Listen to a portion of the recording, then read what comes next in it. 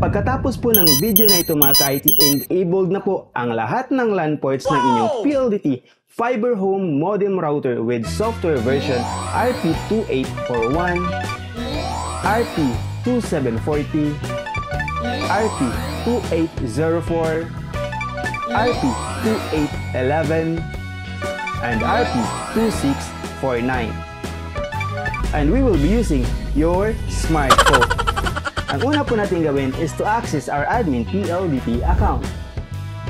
Kung hindi mo po alam paano ito gawin, meron na po tayong mga guide depende sa inyong router's brand, model, and software version. Check nyo lang po yung link sa description box. Bakit kailangan natin ng admin PLDT account?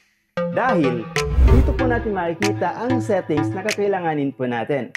Specifically, ang broadband settings. While dito sa basic admin, hindi po natin makikita ang settings na yan. Baka meron naman magtanong dyan mga ka-IT, Kuya, bakit hindi kayo pareho ng settings? Bakit wala kaming broadband settings? Again, you need admin PLDT account. Meron na po tayong mga guide dyan. As I mentioned earlier, check nyo lang po yung link sa description box. Inside sa ating admin PLDT account, navigate po tayo sa network, dito sa broadband settings, internet settings, LAN binding, check lang po natin itong LAN 234, then save.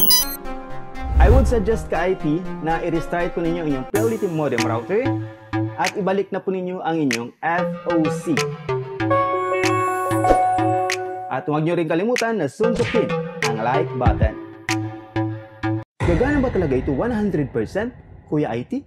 Yes po mga ka-IT, ang LAN 1. Based po sa naging experience ko ka-IT at including po sa mga naging client po natin, after na enable po ang LAN 234, gumagana po ito sa PC at laptop. Especially po sa mga TOW antennas na fiber home, yung HG6 245D. But in some weird cases mga ka-IT, kung second router po ang i-connect ninyo sa LAN 234, hindi po siya gumagana. Pero may ibang clients naman po tayo mga ka-IT na gumagana naman kahit PC or second router ang i-connect nila sa kanilang LAN 234. Kaya I really can't tell mga ka-IT na gaganap ito 100%. Yung odds siguro mga ka-IT is about 80% siguro yung probability na gagana ito. Para sa mga PC at laptop na hindi po gumana after kinunit niyo sa LAN 234, mayroon po tayong guide dito. Gawin niyo pong static ang IP address ng PC or laptop. And that usually solve the problem. At para naman po sa hindi talaga gumana yung LAN 234 after na enabled na po natin, I would suggest and recommend mga ka-IT na bibili lang po kayo ng network hub or network switch. Which I would prefer na yung network switch mga ka-IT dahil mas smarter po ito kaysa network hub. Saan ba ito mabili? Check nyo lang po yung link sa description box. Shoutout nga pala sa mga sulit ka-IT po natin kay Wow Signal. And of course, kay Pinoy Tech Farm Reviews. At sa mga naging clients po natin, kay Sir Jonel Mendoza at kay Chester Duwata.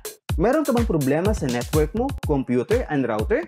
Meron po tayong tech consultation mga ka-IT. PM lang po sa FB page po natin, Kuya IT Official. 60% less po sa mga YT subscribers. And don't forget to check this video for more tutorials.